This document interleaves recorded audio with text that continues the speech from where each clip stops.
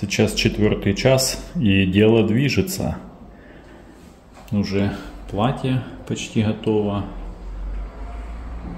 Ну, есть там еще нюансы, я так понял, над которыми она хочет поработать, но в целом неплохо.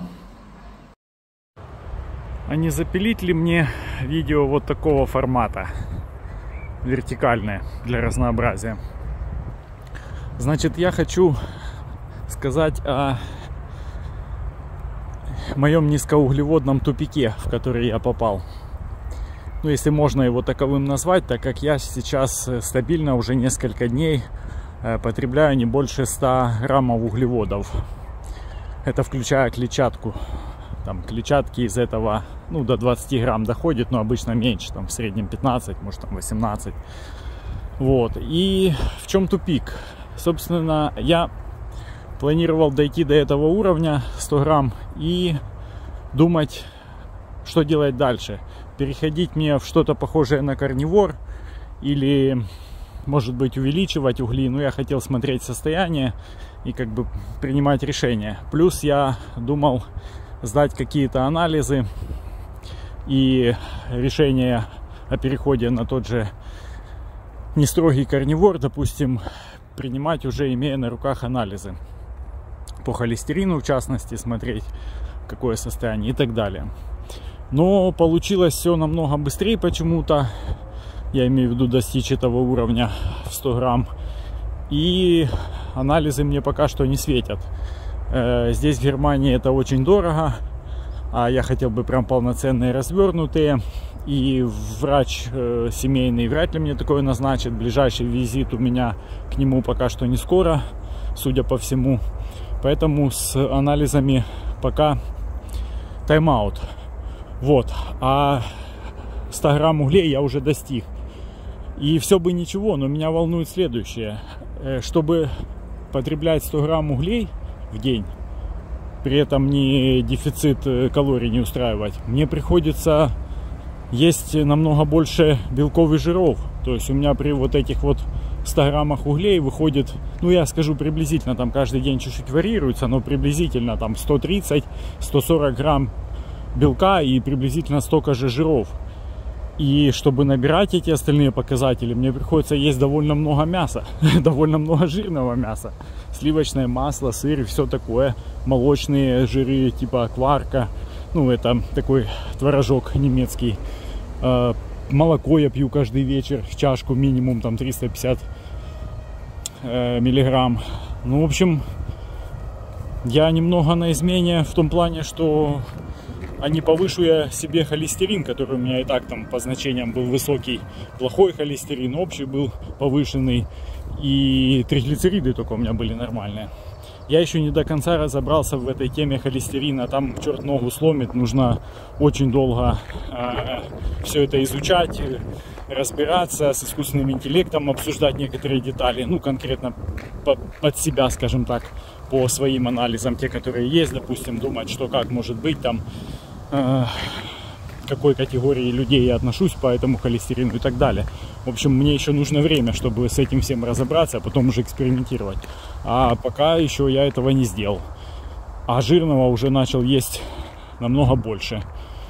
Поэтому я как бы в тупике. Что делать? Остаться на этих 100 граммах, боюсь как бы не попасть в болото какое-нибудь метаболическое. То есть энергии не будет, толком организм не будет знать, чем ему питаться. Там глюкозы мало, по сути, из 100 грамм углей, что там вроде как бы немного, да, и не будет как бы и жир получать, как у кетозников. Там надо грамм хотя бы 50, чтобы было углей, чтобы уже в какой-то кетоз заходить, к которому я вообще как бы не стремился пока что. Вот и думаю, как быть, что делать.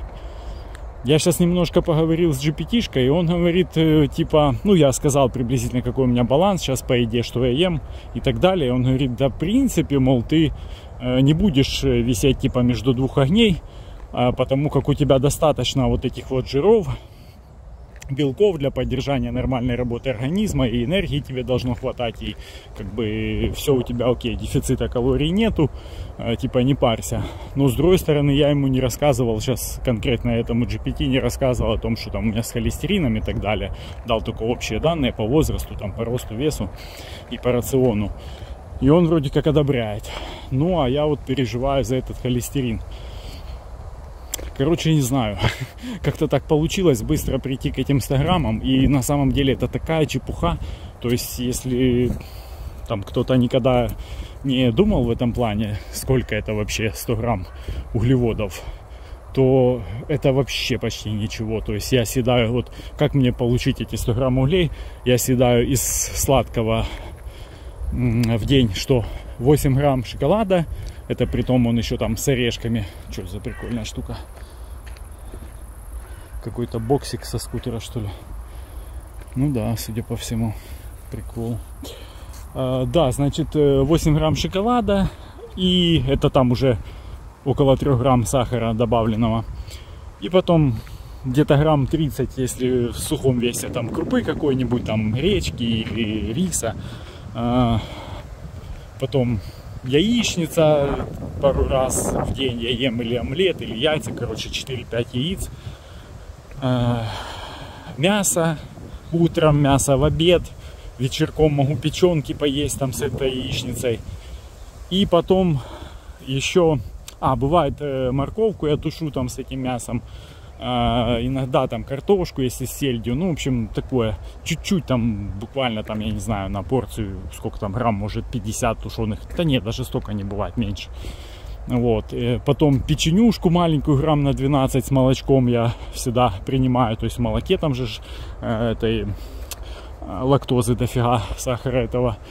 Ну и, короче, ну вроде больше ничего, ну еще творожка там пачечку могу сожрать, грамм 250, кварка.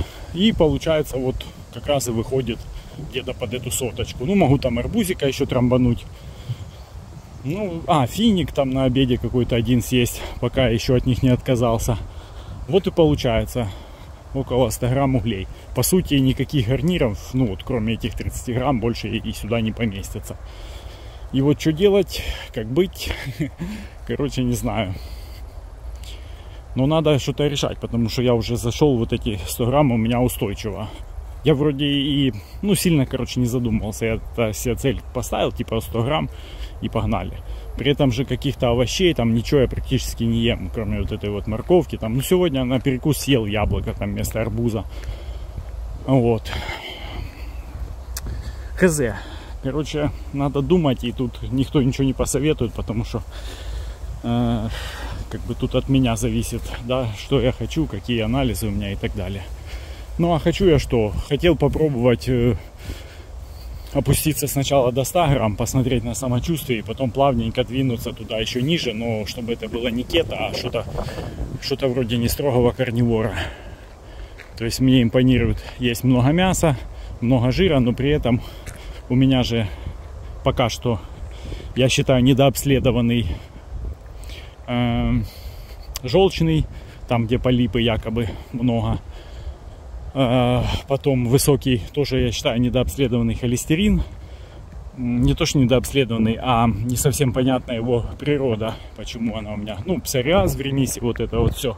Короче, есть нюансы по здоровью, которые нужно решать. Почему я как бы, да, пошел в эту всю тему? Потому как мне же с желчным, когда делали обследование, нашли высокую гистаминоneпереносимость, что-то такое. То есть мне нельзя, как сказал врач, есть вот это все там, ну, короче, все почти, что дает там орехи, там, я не знаю, там, то, что я любил, да, помидоры какие-то там, другие еще фрукты, овощи, ну, то есть при таком раскладе проще вот пойти на такое карнивор питание и не париться уже, типа того, потому что тебе по факту ничего нельзя. А я как человек, я еще забыл сказать, вот там в рационе, откуда еще угли у меня набираются, я ем там сухари по-любому, там грамм 30 я съедаю хлеба такого ржаного, какого-то засушенного. Ну вот, хлебушек люблю тоже, там чем-нибудь намазываю, маслом или еще что. Вот, поэтому как бы я человек такой, который привыкает быстро, в том числе и к пищевым привычкам, там, адаптируюсь. Поэтому для меня это все будет несложно. И я решил попробовать. Когда мы с ребенком ездили на море отдыхать, я там уже, ну, по объективным причинам там сильно не готовил. И как раз думаю, о, что-то подобное могу сделать. Там яиц пожарил, там мясо пожарил, туда-сюда. И как бы особо овощи уже не ел. Ну, соответственно, неделя такой жизни. Я вернулся домой и уже не стал начинать там эти все салаты и так далее. И я очень классно себя почувствовал по ЖКТ. Прошли там вздутия регулярные какие-то. Вот это вот все сейчас как рукой сняло, слава богу. Есть, бывают нюансики так типа со стулом. Но это, короче, я приблизительно понимаю, как это чинить. И в нужный момент делаю. Вот, надо еще немножечко адаптироваться. Но по факту мне без овощей, там огромного количества этой клетчатки, которую в последнее время трамбовал, салаты эти, мне намного лучше по ЖКТ ощущения. При этом молочка вообще не вызывает никаких дискомфортов пока что. Поэтому как-то так. Как из этого тупика углеводного выбираться, ума не приложу, но буду что-то думать, потому как страшновато жрать много жира дальше и куда-то надо двигаться. Может, чуть подыму угли. Может быть, останусь. Короче, не знаю. Ну, как-то так. Я переслушал сейчас, что я тут наморосил. Ну и, в принципе, ничего я не соврал. В целом, все так и есть. Кстати, может добавить, я к этим 100 граммам углей шел, наверное, несколько недель. Если не ошибаюсь, как минимум 3, наверное, начиналось у меня там где-то с 200 или что-то около того. Ну, то есть это я уже как бы ограничивал. Вот это не было там всяких фруктов много, там никаких уже бананов, ничего такого. И постепенно уменьшал я, что там каши всякие, сладости и так далее. Вот. Значит, опустился я довольно мягко. И я хотел вот эти 100 граммов делать как плацдарм для дальнейших действий. То есть приучить уже организм к невысокому количеству углеводов, при этом постепенно повысив же, да, эти жиры и все. И потом с этой платформы двинуться вниз, да. Вот, но еще такая же незадача с этим гастроэнтерологом. Я так к ней вообще по ЖКТ обращался, а это уже на УЗИ, она у меня просто планово обнаружила эти проблемы с желчным. Ну, короче, все как-то одно другое тянет. Я так понял, что особых там у меня ЖКТшных этих проблем и нету, чтобы там делать всякие колоноскопии и так далее. Но СКР какой-то, или как это правильно называется, СРК, да, она мне что-то там сказала. То есть, ну, в общем, это все на фоне вот этой, наверное, высокой гистамина непереносимости или что оно. Вот. И я такой думаю, блин, что-то они все городят, этот семейник там тупит вечно врач, это гастроэнтеролог тоже такая, типа, давай в первый же день удалим тебе желчный, не глядя, что там, как конкретно. Этот по холестерину давай тебе статины сразу, при том, что триглицериды низкие.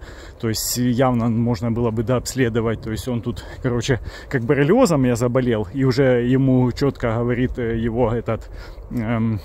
программа лечения, что если есть на ноге пятно, давай, независимо от анализов, давай антибиотики. Он, блин, не дает, анализ крови хочет. Как по статинам, так есть неоднозначная фигня с триглицеридами, он сразу, блин, статины насрать, что там у меня через 3 месяца даже после первых анализов снизился холестерин почти на 20% без всяких таблеток, триглицериды еще более упали. Ну, его это не смущает, он тогда пичкает меня статинами, короче.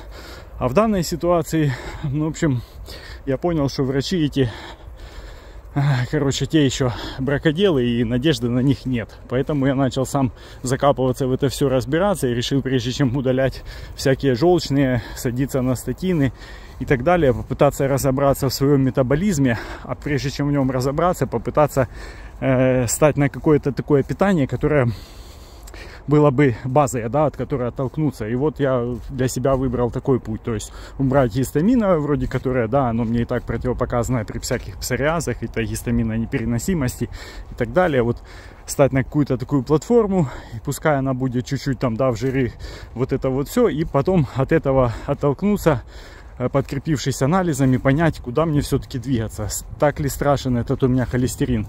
В идеале я хочу, конечно, попросить у него, у врача, анализы на сосуды, УЗИ сосудов там в шее, вот эти, которые показывают возможность инсульта, и понять, насколько там зашлаковано все, если у меня этот холестерин где-то в опасных местах. Если его нету, тогда пускай они идут все в задницу со своими таблеточками, а я буду потихоньку как-то уже сам докопаюсь до истины и буду смотреть, что там по этому питанию и так далее. Я так на интуитивном уровне чувствую, что ничего страшного с этим холестерином у меня нет. И скорее всего страшно именно с моим многолетним неправильным питанием, что я и по углям угорал, что дурной, и по жирам, и в результате как бы получил какую-то там неоднозначность у организма своего по тому, как на чем ему работать. И я так интуитивно чувствую, если я его приведу в какую-то точку и скажу, вот так будем теперь жить, то он там сам себя отрегулирует. Но я хочу это все подтвердить анализами и аккуратным, тщательным как бы подбором всего этого, без газования. А тут я что-то в эти 100 грамм спустился, и теперь как бы и не то, что даже денег жалко на эти анализы, теоретически можно, но меня еще вот этот долбанный боррелиоз смущает. То есть я же прошел курс антибиотиков недавно, и по-хорошему вот последние несколько дней я себя чувствую вообще как бы так неплохо. Что-то там у меня руки, ноги немели, но это может, как говорит GPT, это может быть и последствием лечения, то есть боррелии подохли, там что-то еще шалят, а может и показывают, что они там вообще не подохли. В общем, непонятно, что с этим делать. То есть я в таком состоянии здоровья, в котором я не могу как бы решиться даже на те же анализы. И вот непонятно, как бы, что там дальше врач скажет. Я попытался, наверное, сегодня попросил жену, чтобы она взяла мне термин на к семейнику по поводу боррелиоза. Думаю, пойду, скажу ему, что все-таки симптомы остаются, пускай уже он там за меня решение примет, что мне там дальше делать, другие какие-то антибиотики, или скажет подождать еще, потому как у меня термин аж на сентябрь, а сейчас как бы 8 августа, то есть месяц еще ждать как минимум, это не очень хорошо, я считаю. Вот, она позвонила, они говорят, он в отпуске. Когда будет, они даже не знают, что за праксис, блин, у них врач в отпуске, но когда он вернется, они не знают. Это интересно, конечно. Вот, ну и с понедельника теперь буду звонить. Поэтому я как бы и мечусь вот это, не пойму, что делать. Если бы не было этого боррелиоза, хрен бы с ним, я бы, наверное, заплатил бы там за какие-то анализы и уже бы, получив их, посмотрел, что там как, и четко от этого момента отчитывал и по питанию, у меня уже дневник питания там есть скоро месяц, да, и по активности у меня всегда все стабильно, как бы сейчас образ жизни такой, пока ни учебы, ничего нету, я все делаю одинаково, то есть самое золотое время для экспериментов по здоровью, можно хотя бы более чистый микс сделать эти эксперименты. Ну, блин, из-за этого боррелиоза теперь непонятно. Так, я уже пришел домой, залетел вот в Нето, перед домом купил себе поесть немножко.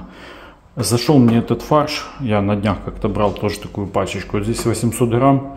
Я его сейчас вот так вот открою, посолю, поперчу, вот так вот пожомкаю и сделаю с него 3 большие котлетосики такие. Одну оставлю до завтра, до утра, а 2 в заморозочку кину. И получается, с утреца ложишь ее на сковородку и на медленном огне с 2 сторонок обжаришь. Она прям такая аж раздувается, потом на тарелочке класс, ее только с нее сок течет. Просто веганы в этот момент, наверное, просто рыгают, а я прям балдею. И с яичницей, короче, мне залетают только так, дешево и сердито. Как бы не надо никакой мороки там с этой движухой, типа, что поесть, что приготовить. Блин, вот 3 утра подряд поел, вот так, как я сказал, котлетусик этот большой, пара яичек и прям огонь. А вот это молочко хочу попробовать, я пью 3,5%, сейчас начал пить тоже фриша, это типа свежее, не пастеризованное, ну, вернее, не ультрапастеризованное. И брал Private Label обычно, там всяких сетей. А это какая-то торговая марка, типа всегерманская. Она чуть дороже, там центов на 15. Ну, взял попробовать, потому что молоко собственное сетей, ну, прям такое говнище редкое. Я не знаю, там какой-то привкус странный у него, вообще мне не заходит. Причем привкус одинаковый во всех сетях. Хоть там в Нето беру, хоть и в Алди, короче, странно. Но вот эта штука мне что-то полюбилась. Это самый жирный из кварков. Получается, 40% они пишут фэт, но по факту тут 9,8 грамм жира. Что означает эти 40, я пока не разбирался, но на вкус прям такой классный, нежный, блин. Ну, в общем, мне залетает. Так что вот такой вот, блин, углеводный тупик, ребята. Ладно.